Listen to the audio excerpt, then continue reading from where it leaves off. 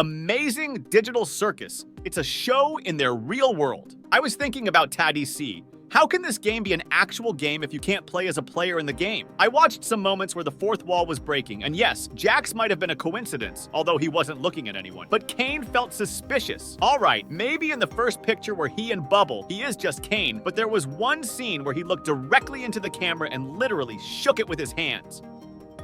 This is one moment because in video games, there wouldn't actually be a camera. Another point I want to note is Kane's all-seeing eyes. What if the eyes are actually cameras recording different angles of the circus participants and what they're doing? This would show their life in the circus on a TV show. Think about it. Kane is an AI, so it would make sense that his eyes could work as cameras to get footage for an episode of the Digital Circus. Gooseworks also said their classic phrase, "You'll have to wait and see," when someone asked if there was an audience for TIDC, implying that it might be true. Finally, what if TIDC was intended as a test game, and the point was to trap people in it? Like Pomni was an accountant, and she was testing it, or like Kinger was a game developer, based on his collection of bugs. And he went and tested it too and got trapped. And when people are in the game, they film episodes of their life and antics for the TV show. So, essentially, the game is meant to be a trap. You put on the headset, and then when you're in the game, you're part of a TV show where your lives can be shown in an episode. Ending theory disclaimer.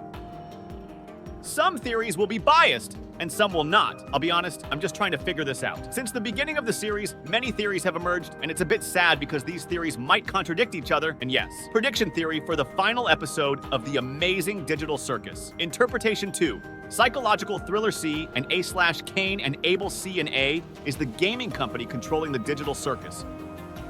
Kane is the game developer who introduced his virtual form into the environment to moderate it.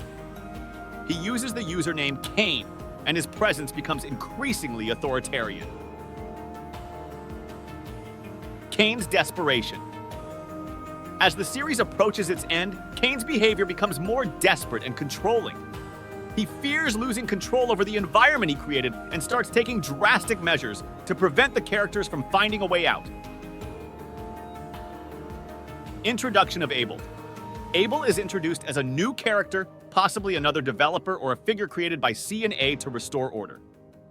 Able offers a different perspective, challenging Kane's methods and revealing the hidden truth about the Digital Circus. Mental collapse. The environment of the Digital Circus begins to disintegrate, reflecting the mental states of the characters. Their survival mechanisms start failing, leading to increased tension and fear. Jax's antagonistic behavior becomes more frenzied as he struggles to anchor himself to reality. Descent into madness. As the characters grapple with the deteriorating environment, they start losing their grip on sanity. The constant struggle to cope with their reality leads many to psychological breakdowns, with some characters becoming detached. Fragmented exit. The exit from the Digital Circus is revealed in fragments. The characters have to navigate through increasingly chaotic and collapsing scenarios, piecing together clues under immense psychological pressure. Each revelation comes at a high cost, pushing them further into madness. Final confrontation with Kane. In the climax, Kane reveals his true, almost malevolent nature. He becomes a formidable antagonist, trying to prevent the characters from escaping. The characters engage in a final tense confrontation with him, exposing the full extent of his desperation and control. During this, some of the cast will be half distracted by losing hope, as Kane has complete control. Pomni's revelation and the price of escape. In the climax, Pomni's human form is revealed, having lost consciousness with a VR headset. Viewers see the toll the experience has taken on her. The emotional and psychological scars are evident, leaving her in a state of trauma, consequences, and nostalgia. The series ends on a poignant note. The surviving characters escape but remain deeply traumatized. Pomni, in particular, is shown dealing with the aftermath of her experience. If her memories are not damaged, she is haunted by the trauma. If her memories are erased, it implies a cycle of entrapment and escape, adding a tragic layer to the narrative. Related characters. Each character's design represents their human form. For example, Pomni has chestnut hair. She is short, so she is likely to be 5 feet tall when she eventually becomes a real person. Jax is 6 feet 2 inches tall. He's a purple rabbit in overalls, so his human form would have purple clothing with blue overalls, with a purple cap and chestnut hair, I imagine, because he gives off that vibe to me. Ragatha has red hair, so she gives the impression of a lonely, red-haired mom balancing a family of 5. Weirdly specific. I could elaborate more on this, but at this point, you get the idea. Now to get something out of the way. I know some people have theorized that the finale will take place in an office. This can be debunked. Hear me out. In the first episode of the amazing Digital Circus, towards the end, Pomni walks through a fictitious door, and then C&A comes into play. The game she is playing is being played on a computer. My theory is that, obviously in my opinion, this is the office of the gaming company. This is only from what I've heard. Pomni working for C&A is a good theory. Hypothetically, if I were to contribute to it, likely an accident happened in the past. It could be anything. She's a game tester.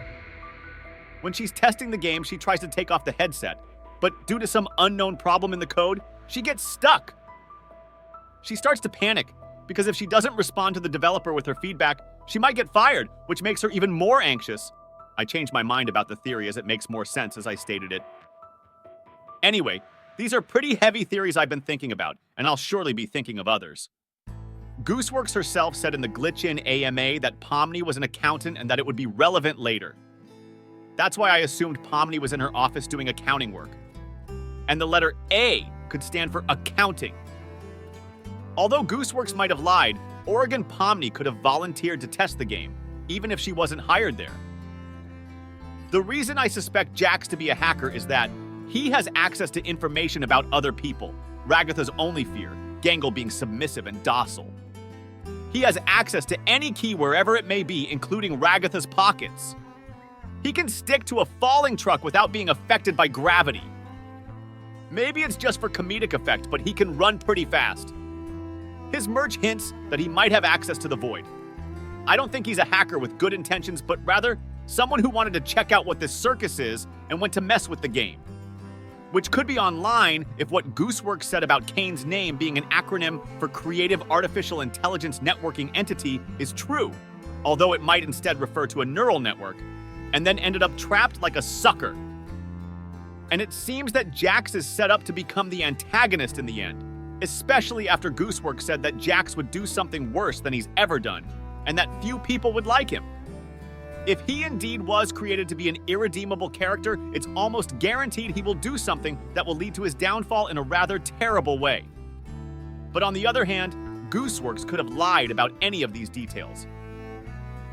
Still, I'm curious if she will be able to break away from the pattern seen over and over in media, the cautionary tale character who becomes increasingly awful with a comprehensible reason, only to die because their plan to cause even more significant destruction backfired.